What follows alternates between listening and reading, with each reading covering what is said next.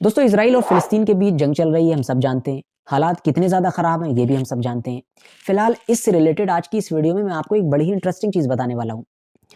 आप लोग गूगल पर जाइए और सर्च कीजिए कि when was the golden age of Jewish people, मतलब ये जो यहूदी लोग हैं, इनका सबसे सुनहरा दौर, इनका सबसे अच्छा दौर कब था और कहाँ पर था?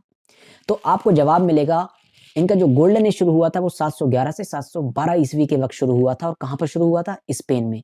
यानी इन्होंने अपनी पूरी हिस्ट्री में सबसे अच्छा दौर स्पेन में गुज़ारा है, वो भी 711 से 712 ईस्वी से लेकर अगले 200-300 साल तक, यानी 1000 या फिर 900 ईस्वी तक। तो अब सवाल यही है कि आखिर यहूदी लोग के जिनके खुद के मुताबिक उनकी हिस्ट्री हज़ारों साल पुरानी है, हज़ारों साल के इतिहास में उनका सबसे अच्छा दौर 711-12 ईस्वी के करीब ही क्यों आया और स्पेन में ही क्यों आया? तो उसका जवाब है मुस्लिम हुकूमत। दरअसल यही वो वक़्त था कि जब मुसलमानों ने अफ्रीका से समुद्र पार करके यूरोप जाना शुरू किया और यूरोप को फ़तह किया और सबसे पहले स्पेन में अपनी हुकूमत कायम की।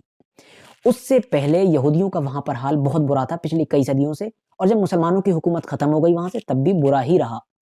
कोई भी वहाँ पर बीमारी फैलती थी, ज़िम्मेदार यहूदियों को माना जाता था कि ये मनहूस लोग हैं, इनकी वजह से हुआ। कोई बड़ी ताकत हमला कर देती थी, ज़िम्मेदार यहूदियों को ठहराया जाता था कि ज़रूर इन्होंने कोई गद्दारी की होगी। मतलब हर चीज़ का रिस्पॉन्सिबल इन्हीं को माना जाता था, इनके साथ भेदभाव किया जाता था, इन्हें अपने साथ में बैठकर खाने नहीं दिया जाता था, बहुत बुरे हालात थे। मगर जब मुसलमान आए, उन्होंने इक्वल ट्रीट किया, जो खाया वो इनको खिलाया। अगर काबिलियत की बिहाफ़ पर किसी मुस्लिम को कोई पोज़ीशन मिलती थी, तो अगर यहूदी उस काबिल है, तो उसको भी वही पोज़ीशन मिलती थी और धीरे-धीरे इन लोगों का राइज़ शुरू हुआ।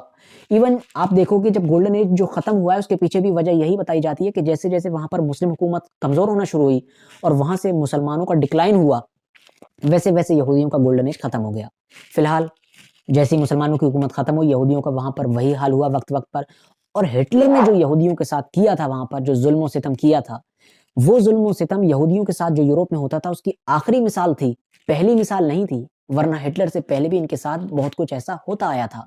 उसके बाद फाइनली ये लोग 20वीं सदी के शुरुआत से ही फ़िलिस्तीन पहुँचना शुरू हो गए। जब ये लोग फ़िलिस्तीन में पहुँचे, इनके पास अपना घर नहीं था, इनके पास अपनी ज़मीन नहीं थी, इनके पास माल-ओ-दौलत नहीं था।